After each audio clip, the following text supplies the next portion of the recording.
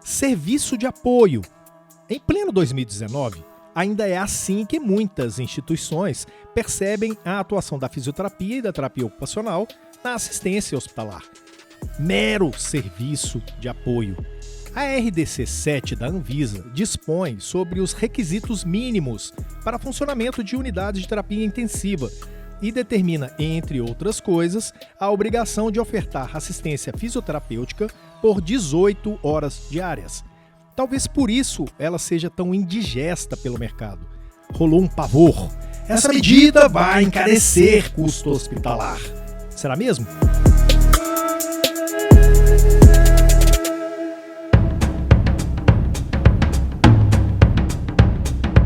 Olá, tudo bem? Que bom que você está aqui para a 17ª edição do Físio ITO em Movimento. Tudo que rola na fisioterapia e na terapia ocupacional em um só podcast. Eu sou Túlio Fonseca, agora com a voz normal. Eu não sei se isso é bom ou não, né? E sou gerente de comunicação aqui do Crefito 3. E eu sou Mônica Farias, jornalista do Crefito 3. Nesta edição, vamos trazer para vocês um pouco dos resultados de uma pesquisa realizada em um grande hospital universitário de São Paulo, o Hospital das Clínicas, que teve como objetivo determinar se a disponibilidade de serviços de fisioterapia 24 horas reduz os custos de UTI, comparada à disponibilidade padrão de 12 horas entre pacientes admitidos pela primeira vez na UTI.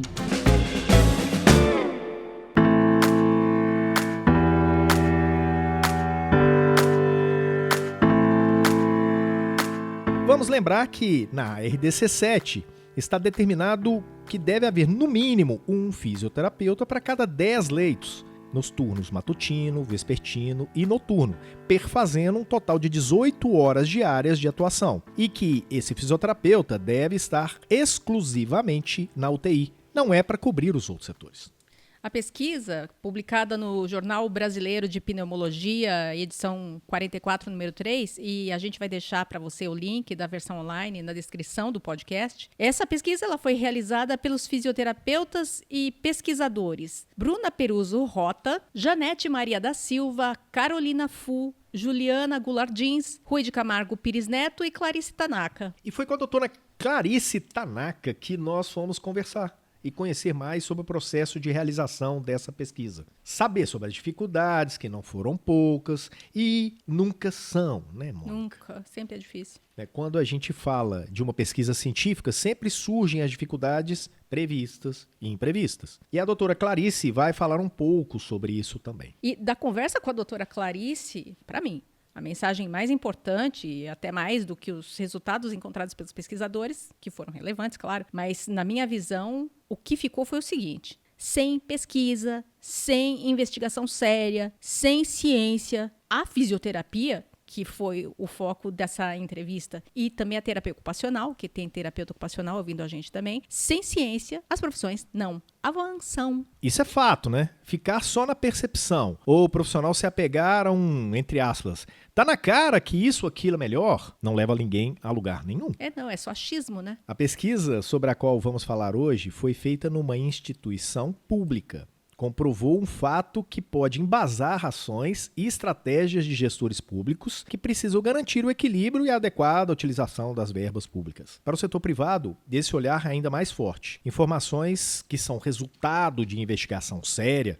com dados sólidos, são vitais para as decisões ou para o convencimento, de gestores para tomarem ou adotarem as ações que fortaleçam a presença da fisioterapia e da terapia ocupacional nos serviços. Antes da gente apresentar a entrevista, é importante a gente situar os ouvintes que não tiveram contato prévio com a pesquisa. Ela foi um estudo observacional que envolveu 815 pacientes com idade maior ou igual a 18 anos, que estavam em ventilação mecânica invasiva por um período igual ou maior que 24 horas e que tiveram alta de uma UTI para uma enfermaria. E sobre a gravidade dessas doenças, ela foi similar em ambos os grupos. Como resultado, a pesquisa apurou que a disponibilidade ininterrupta de serviços de fisioterapia foi associada a tempos menores de VMI. A ventilação mecânica invasiva. Isso. Além de custos menores, fossem custos totais, fossem custos da equipe, em relação ao modelo padrão de 12 horas por dia. E a conclusão a que os pesquisadores chegaram foi que, na população estudada,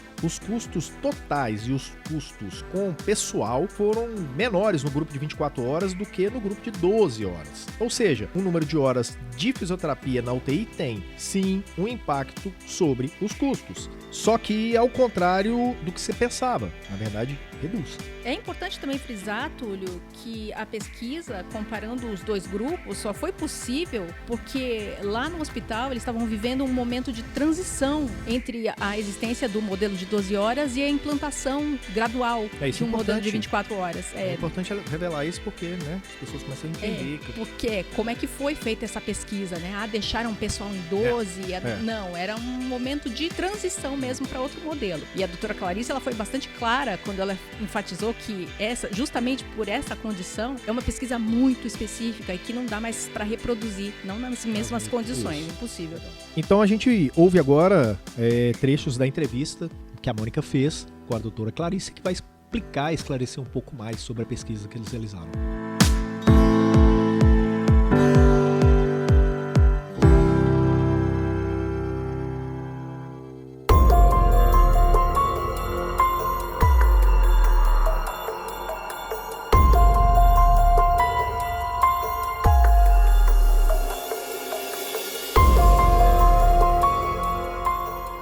Pode contar para a gente um pouco a respeito de como foi esse desenvolvimento da pesquisa, ao longo de quanto tempo, as dificuldades que vocês encontraram, que eu acredito que tenham sido muitas, porque é um estudo muito complexo. Falar um pouquinho a respeito disso. Esse estudo me apaziguou, digamos assim, em muitas ansiedades que eu tinha.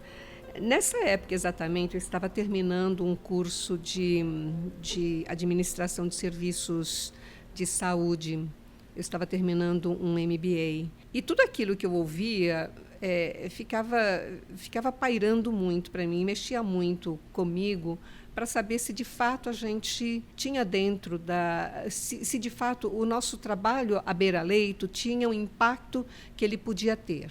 Durante o tempo todo, a fisioterapia se preocupou muito em mostrar o benefício que a fisioterapia pode trazer para o paciente. Hoje, eu acho que isto já está consagrado. Eu acho que hoje o fisioterapeuta precisa ir muito além de tudo isso. Ele precisa ser muito mais desafiado. Hoje, ele precisa estar... Hoje, eu dou muita importância para a gestão da assistência. Não é só o paciente à beira-leito, mas do ponto de vista da gestão, que impacto que isso pode estar trazendo.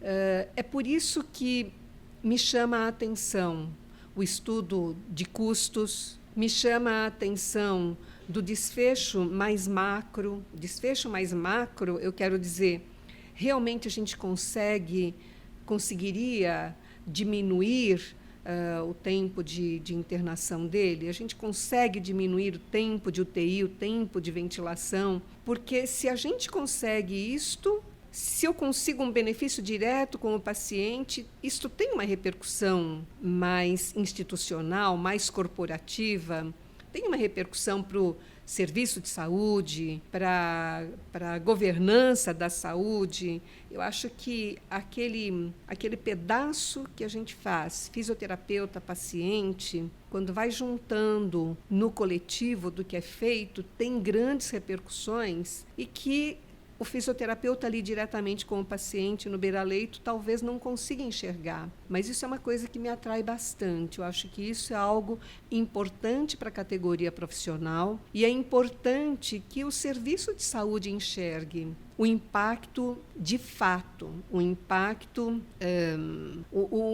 grande, o impacto gerencial. Porque ele, com o paciente no dia a dia, eu acho que isso já está bastante consagrado. Este estudo me trouxe muito disso.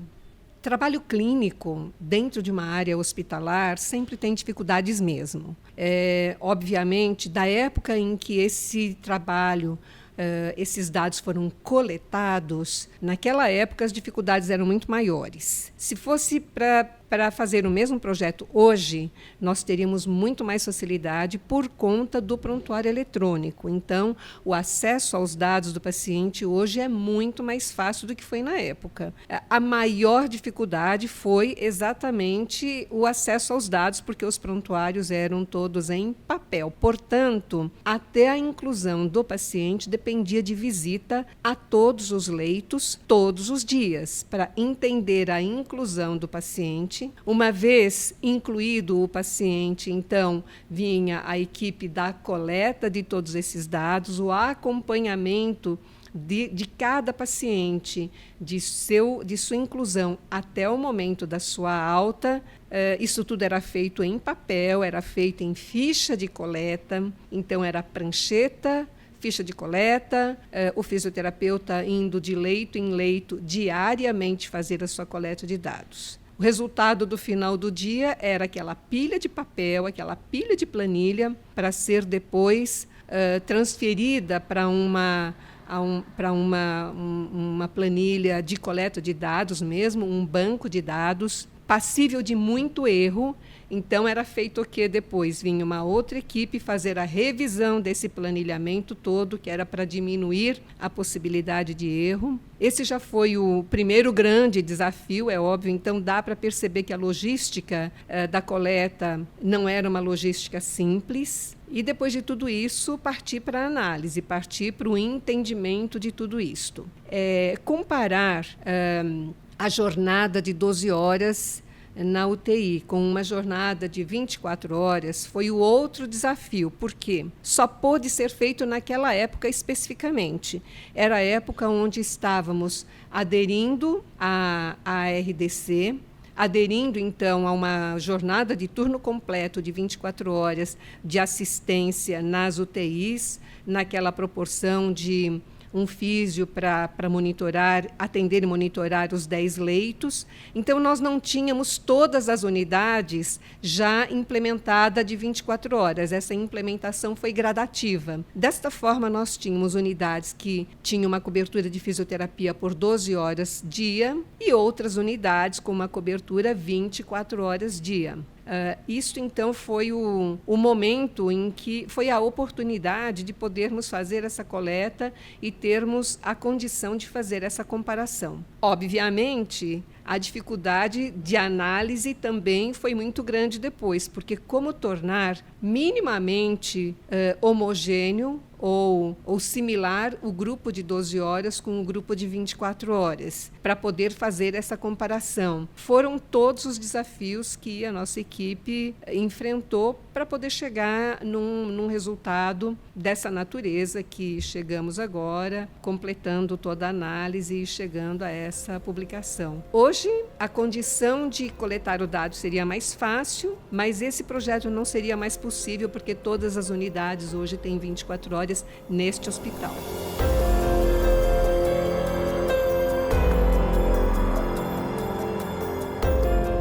E considerando que todo o trabalho de pesquisa ele não esgota o tema, ele sempre abre portas para outros olhares, o que você acredita que seja possível, a partir do trabalho de vocês, com o mesmo grupo ou outros grupos de pesquisa, que caminhos podem ser tomados para aprofundar esse tema?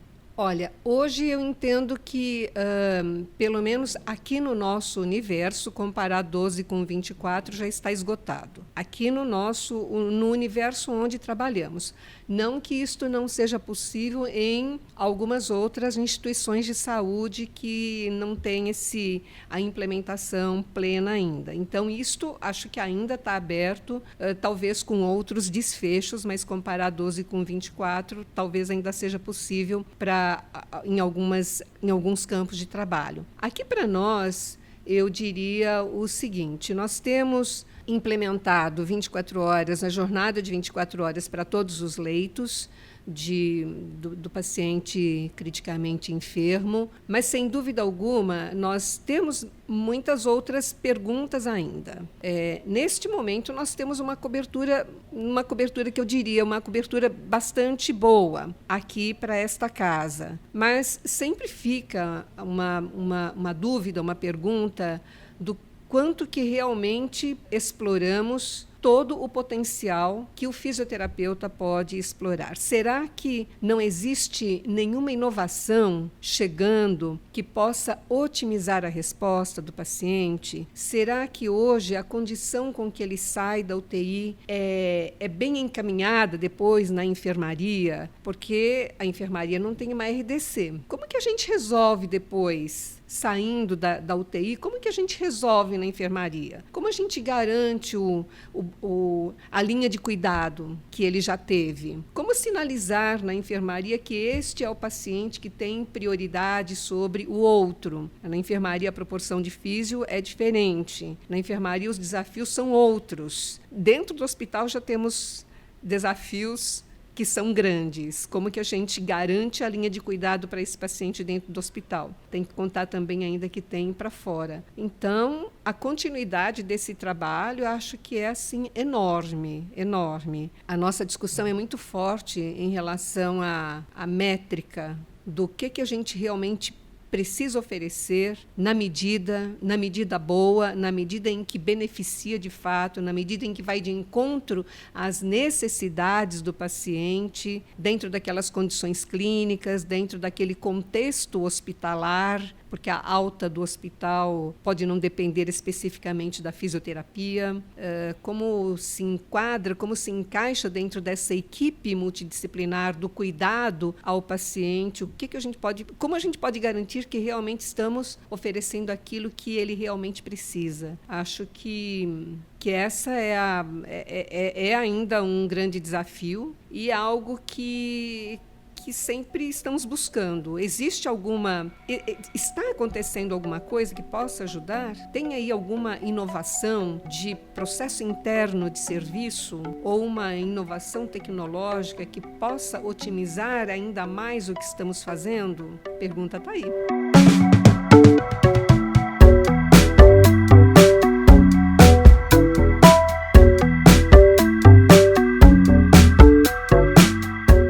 Você acredita que com essa RDC 07, que foi uma imposição, foi na marra que os hospitais eles tiveram que se adequar ao que a norma, a resolução determinava, houve um início de percepção ou isso ainda está longe?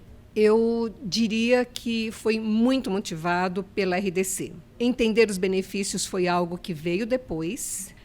E o custo é algo que é muito pouco falado. Eu tenho a impressão que este foi, assim, não posso dizer que foi o primeiro, teve um outro estudo brasileiro que já falou um pouco, não exatamente sobre custo, mas tempo de permanência em UTI, tempo de permanência no hospital. Agora, é óbvio que se existe um decréscimo de permanência, então existe um decréscimo de custo embutido. Custos ainda é um desafio enorme no serviço hospitalar, no serviço de saúde como um todo, principalmente no hospitalar. Estas áreas multiprofissionais, ou então alguns hospitais consideram áreas de apoio, estas principalmente não têm um lugar muito bem estabelecido, quer dizer, tem agora, mais recentemente, principalmente depois da RDC 07, agora sim existe uma regulamentação grande para isso, mas, no meu entendimento, nunca foi visto em função do custo, nem hoje é muito comum entender o que é que traz em termos de custo. Benefício já está um pouco mais assentado, que traz benefícios importantes do ponto de vista dos desfechos com o paciente, mas custo é algo muito novo no meio da saúde. Então, eu não entendo que foi motivado pelo custo, mas foi muito motivado pela RDC, que praticamente obriga a ter o fisioterapeuta e outros profissionais compondo a equipe num determinado período de tempo do dia. A metodologia para estudar custo é muito forte, é difícil, as ferramentas não são tão fáceis. Então, para falar que traz fisioterapeuta fisioterapeuta para dentro de um hospital, porque diminui o custo do hospital, eu acho que isso ainda é muito difícil de ser entendido pela liderança, pela governança dos serviços de saúde desta forma. Tanto é que, depois que esse artigo saiu, nós temos recebido muitos e-mails perguntando qual é a logística que nós usamos neste hospital para isto, de que forma que nós podemos instrumentar esses outros gestores de fisioterapia nesses outros hospitais para mostrar um pouquinho que vale muito a pena, não somente do ponto de vista dos benefícios clínicos para o paciente, mas também tem uma repercussão, e que não é uma repercussão intuitiva, é uma repercussão verdadeira no centro de custo do hospital. Temos recebido vários e-mails pedindo um certo apoio, uma certa ajuda, no sentido de que realmente isto é verdadeiro e que é uma motivação a mais para implementar de fato a RDC 07 e não somente para não ser muito condescendente com isto tudo. Vamos fazer direito.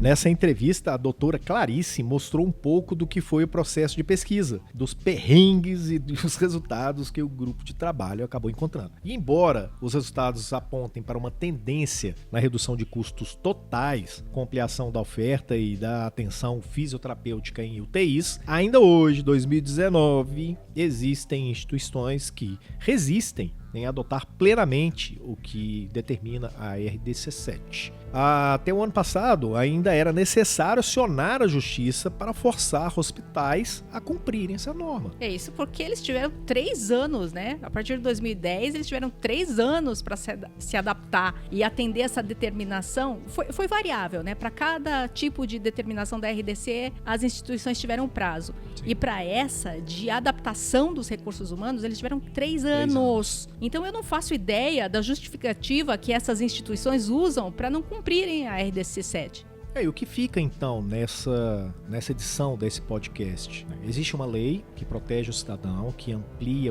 a situação de atendimento do cidadão, e essa lei ainda não está sendo cumprida por uma série de hospitais. E aí a gente tem uma situação que você está fora da lei, denúncia. Então, o CREFITO pode receber essas denúncias, pode acolher essas denúncias e ajudar a encaminhar um pacote de denúncia desse robusto para o Ministério Público, que é a instância que define, que toca esse tipo de processo, né? Vamos falar juridicamente assim, é a instância real de onde a gente vai fazer, a gente vai acionar a justiça contra esses hospitais para que seja cumprida a RDC 7. Porque a questão não é a defesa da fisioterapia nesse caso ou de outra categoria profissional que precisa de presença mais constante, segundo de acordo com a RDC 7. Aí é questão de defesa da sociedade, a defesa do paciente. O paciente, ele tem o direito a receber mais horas de fisioterapia em UTI. E essa questão, muito provavelmente, né, como eu perguntei, né, o que será que eles usam para justificar essas instituições que ainda não adotaram plenamente a RDC 7? Eu acredito que é a mentalidade de planilha. Não é possível que seja, não existe fisioterapeuta disponível no mercado. Mentira, né? Tem sim gente para atuar. Isso é complicado, né? Mas a questão toda deve ser a percepção, e acabam não investigando, né? A percepção de que vai aumentar muito meus custos com folha de pagamento, vai aumentar o custo com pessoal. Essa deve ser uma restrição que eles usam como justificativa. Tá aí, Só que a população não tem nada a ver com isso, o paciente não tem nada a ver com isso. E o serviço prestado da maneira como deve ser, né? Ele vai ter ganhos com relação a isso. Ou seja, não é só essa conta direta de 1 mais 1 é igual a 2. Então a própria pesquisa já levanta algumas outras situações pra gente. Como você falou, é uma pesquisa bem específica, num momento bem específico, e que a própria instituição agora não teria condição de fazê-la da mesma forma. Então foi uma oportunidade importante que eles aproveitaram, e ali a gente já tem um resultado interessante. Exatamente, né? O que eles encontraram aponta para caminhos. Eles encontraram para aquela instituição, mas aponta para outras situações em outras instituições que pode ser que sejam mesmo. E aí cabe mais pesquisa, né? Aí sempre. é justamente porque pode haver, inclusive, uma situação de, olha, a gente discorda disso, um grupo X discorda disso por causa disso. Então a gente já tem alguma pesquisa nesse sentido? Já tem gente estudando isso? É exatamente aí que as soluções aparecem, né? Através de uma pesquisa a gente tem uma evidência, através de um achismo de gestores de hospital a gente tem uma que, olha, não vou colocar porque eu vou quebrar meu hospital. Acho que a coisa não é bem por aí, né? Não. Podemos fechar então? Vamos lá, vamos fechar.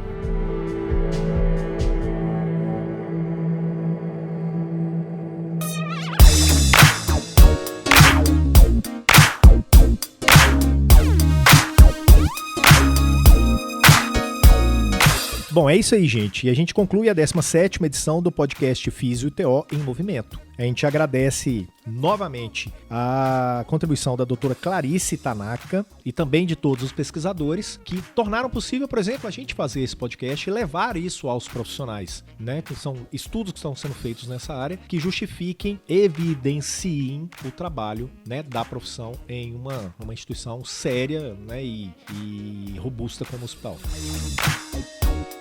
Eu sou o Túlio Fonseca, gerente de comunicação aqui do Crefito 3. Eu sou a Mônica Farias, sou jornalista do Crefito 3. A produção de áudio é do editor de vídeo aqui do Crefito 3, que é o Rodrigo Cavalheiro. O Crefito 3 está no Facebook, Instagram, YouTube, Twitter, SoundCloud e Spotify. E aí a gente fala sempre, mas não custa lembrar, né? Quer entrar em contato com a comunicação aqui do Crefito 3? Basta enviar um e-mail para imprensa@crefito3.org.br. O que eu vou fazer mandando esse e-mail para o Crefito 3? Sugerir pauta, discutir situações. Olha, não gostei desse podcast, que ele foi injusto com isso e isso. Fazer como a gente fez na semana passada em relação ao Segundou, que pautou um programa inteiro com relação a gente. Então, os profissionais deram a linha de trabalho, a gente rediscutiu, foi buscar boas fontes com relação ao tema e fomos enriquecer, né? Fomos enriquecer a discussão. Lembrando que a gente leva essas discussões dentro de uma lógica de comunicação, tentando provocar as pessoas, tentando adicionar uma pimentinha nessa sopa, né, que a gente tem pela frente. Antes de terminar, você tem gostado do nosso podcast? Se gostou, aplica os colegas. Semana passada rolou uma discussão muito legal do que é aplica. Então, assim, insere os colegas nesse ponto. Olha, tem um podcast legal do Crefito, ouve aí, você tem 40 minutos do seu dia, você ouve que vai ser legal. Essa questão da polêmica do aplica é regionalismo? Pode ser. Túlio é mineiro. Vocês não sabem, Túlio é de Minas. De repente, em Minas é uma expressão comum. Pois é. O fato é, aproveitem, gente. A gente faz isso pra vocês. E fala pra gente, uma curiosidade que a gente tem, onde é que vocês ouvem o podcast do Crefito 3? É na academia, no trânsito, no metrô, andando? Conta pra gente. É isso aí. Até semana que vem. Até semana que vem. Bye, Tchau. bye.